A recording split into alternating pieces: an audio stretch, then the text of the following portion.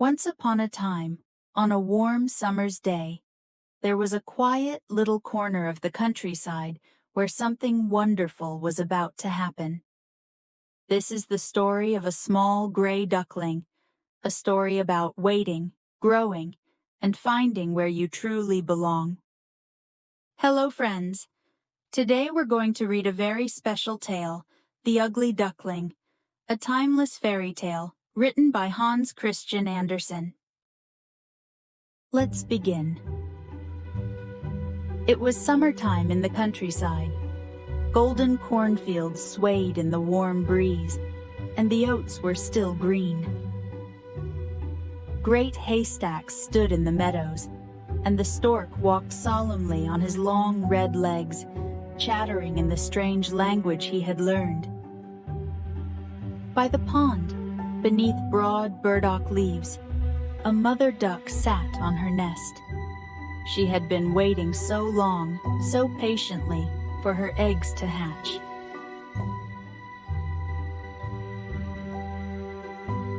At last, the eggs began to crack.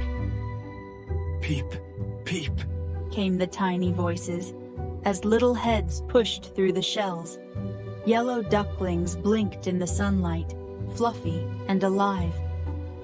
Quack, quack, said the mother happily.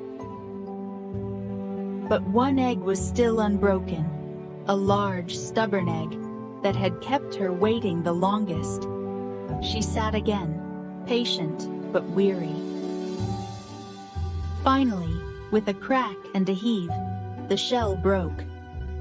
Out tumbled a large gray duckling, awkward, clumsy, and not at all like the others. The next morning was bright and warm. Come with me, said the mother, and led her brood to the pond. Splash! One by one, the ducklings leapt into the water. They sank beneath for a moment, then popped up, paddling as if they had always known how. Even the great gray duckling swam as well as the rest, holding his head high. Oh, how well he uses his legs, and how upright he holds himself, said the mother with pride. He is my own child, and he is not so very ugly. But a mother cannot keep her children in the pond forever. Quack, quack, come with me now. I will take you to the farmyard, she said at last. They entered the noisy farmyard. Ducks quacked, chickens scratched, and the cat sat washing his whiskers. The little family drew curious eyes, but when the animals saw the gray duckling, they began to mutter. Too big, too ugly, too strange. One duck darted forward and bit him on the neck. Leave him alone, cried the mother angrily. He may not be pretty, but he has a kind heart. Yet every day the poor duckling was pecked, teased, and driven away.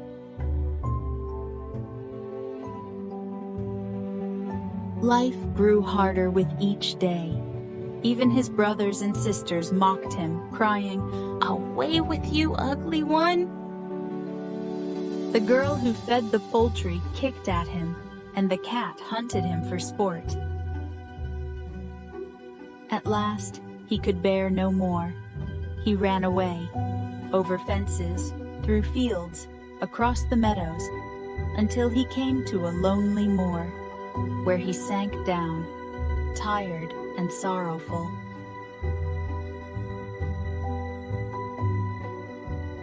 The next morning, the reeds whispered with danger. Bang! Bang! The shots rang out, echoing across the moor. Wild ducks rose into the air in panic, and dogs barked furiously, rushing between the grasses. The poor duckling crouched low, his heart racing. A great dog came bounding towards him, eyes fierce, teeth gleaming, but it passed without a glance. Even the dog will not take me. Whispered the duckling, shivering with fear. That night, a storm howled across the land. In the darkness, the duckling found a small cottage. An old woman lived there, with a cat and a hen. "You may stay if you give me eggs," she said. But when no eggs came, the cat and hen mocked him. "Can you purr? Can you lay eggs? No? Then you have no right to speak," they said. The duckling longed for the fresh air and the water. I believe I must go out into the world again. So the duckling left the cottage and swam once more upon the waters. Autumn came, and the leaves turned red and gold. One evening, just as the sun was setting behind glowing clouds, a flock of great birds rose from the thickets. They were swans, majestic and strange, with long necks and white feathers that shone like silver. They cried out with wild voices, spread their strong wings, and flew southward to warmer lands. The duckling had never seen such creatures. He turned in the water, his heart aching, his neck stretched towards them. He did not know their names, nor where they were flying, but he felt he could never forget them.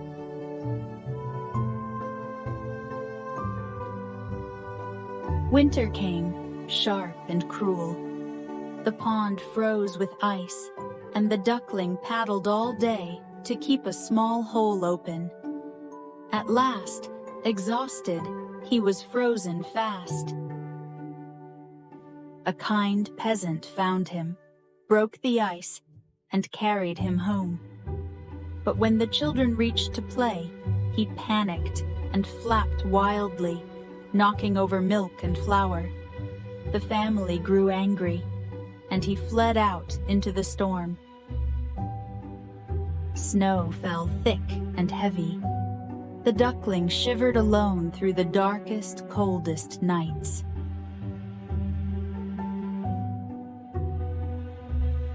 At last, spring returned. The sun warmed the earth, flowers blossomed, and the duckling felt new life stirring in his wings. He flew across fields and meadows until he came to a great garden filled with fragrant blossoms. On the clear waters of a lake swam 3 swans, white as drifting snow.